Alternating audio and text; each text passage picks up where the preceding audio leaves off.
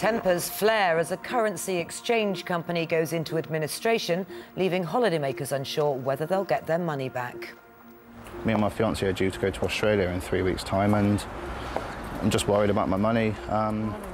Just want to know what's going on, basically, if my money's safe, and, you know, this could really ruin our trip. Good evening and welcome to BBC Spotlight. We'll hear from more of the customers who may have lost thousands. Also tonight, on alcohol patrol, a special report as paramedics warn they're dealing with more and more drink-related incidents.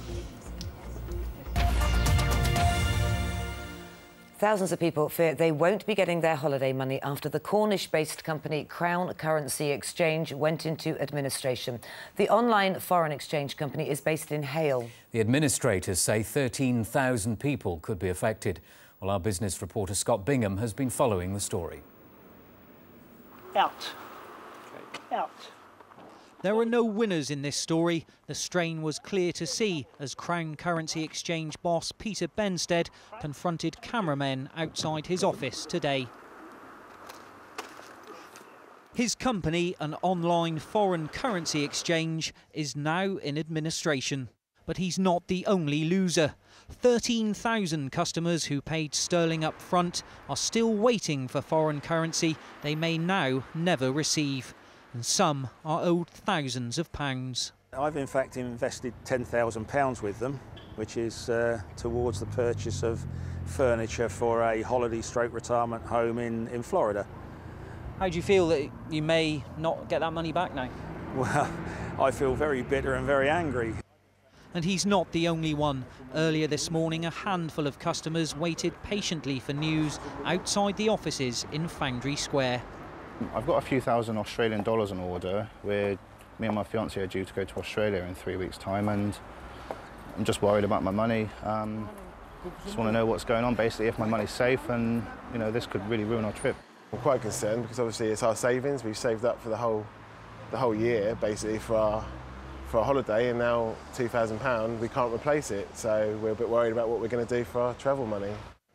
Of course, staff too stand to lose out. The company employed around 40 people here. They were sent home on Thursday, but were called back in today to be told the news. And they'd clearly been told not to talk to the media.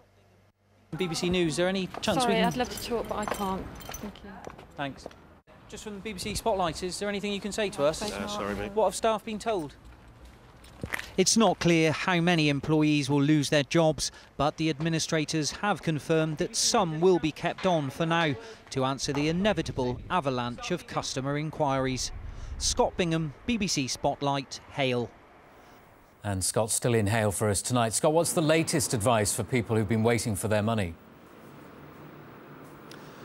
Well, Justin, there's very little in the way of advice at this stage. The staff have now gone home for the evening, although the administrators are, I'm told, still here.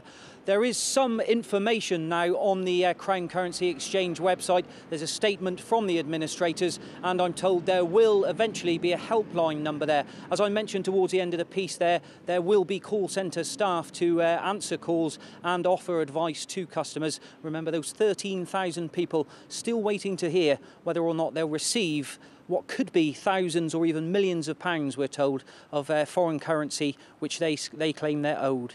OK, Scott, thanks.